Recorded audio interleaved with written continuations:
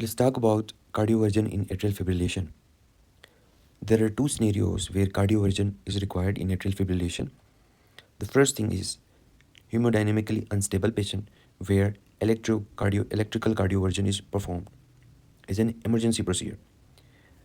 Cardioversion का मकसद rhythm को कंट्रोल करना है.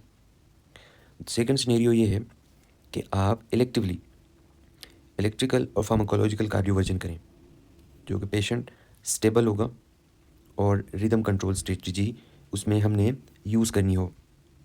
यहाँ पे एक पॉइंट है कि जो इलेक्ट्रिकल कार्डियोवर्जन है उसमें आर वेव की सिंक्रोनाइजेशन करनी होती है. Electrical cardioversion is synchronise R wave.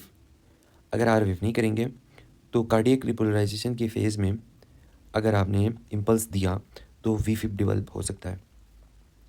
तो अगर नाइस के अकॉर्डिंगली अगर 48 आवर से कम का ड्यूरेशन है तो आप रिदम को भी कंट्रोल करें या हार्ट रेट को भी कंट्रोल करें, रिदम को भी कंट्रोल कर सकते हैं या दोनों में से एक.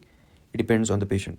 The second thing is if the atrial fibrillation is more than 48 hours, what to do if the patient is developed atrial fibrillation in less than 48 hours?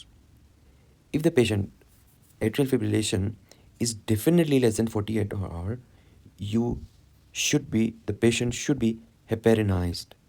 Patient को एंटीकोगुलेट करना है in order to prevent the symptoms of stroke, in order to prevent thromboembolism. ठीक है.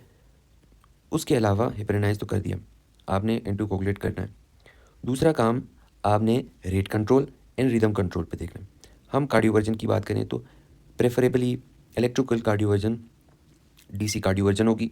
Second thing is pharmacological cardioversion जिसमें flecainide, अगर कोई structural heart disease नहीं है, अगर कोई स्ट्रक्चरल हार्ट डिजीज़ है तो एमायोड्रोन देना है. Amiodarone and flecainide are antiarrhythmics which are use for rhythm control. यानी कि इसका मतलब ये है कि जो एट्रियल फिब्रिलेशन चल रहा है वो ख़त्म हो जाएगा. Patient will be in sinus rhythm after cardioversion. उसकी ईसीजी ठीक होगी. ठीक है.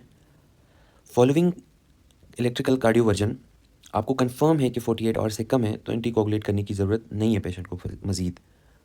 अगर 48 आवर से ज़्यादा है ऑनसेट तो आपने पेशेंट को एंटीकोगुलेट करना है 3 वीक्स तक.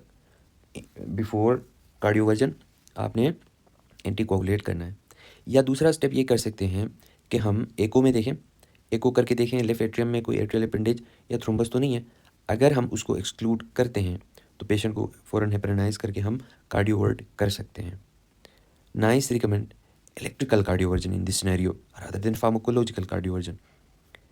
अगर कार्डियोवर्जन फेलियर का रिस्क है देन आपने 4 वीक्स तक एमायोड्रोन चलानी है प्रायर टू इलेक्ट्रिकल कार्डियोवर्जन. और फॉलोइंग कार्डियोवर्जन 4 वीक्स तक आपने एंटीकोगुलेट करना है पेशेंट को. 4 वीक्स के बाद आप डिसाइड करेंगे कि patient should be further be anticoagulated और not. It depend on the risk of the recurrence. Thank you.